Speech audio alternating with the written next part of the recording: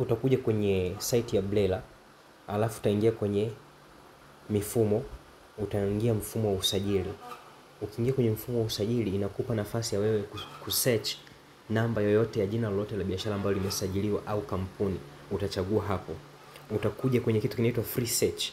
Ukija kwenye free search hapa, itakuruhusu wewe kuingiza username, namba ya kampuni au namba ya usajili wa nini, wa jina la biashara. Kwa utaingiza hapa, mfano hiyo ndo namba ya usajili wa jina la biashara la Linkpesa. Ukibonyeza search, itakuletea usajili hapa chini na itakuletea kwamba hii kitu iko registered kwenye business name.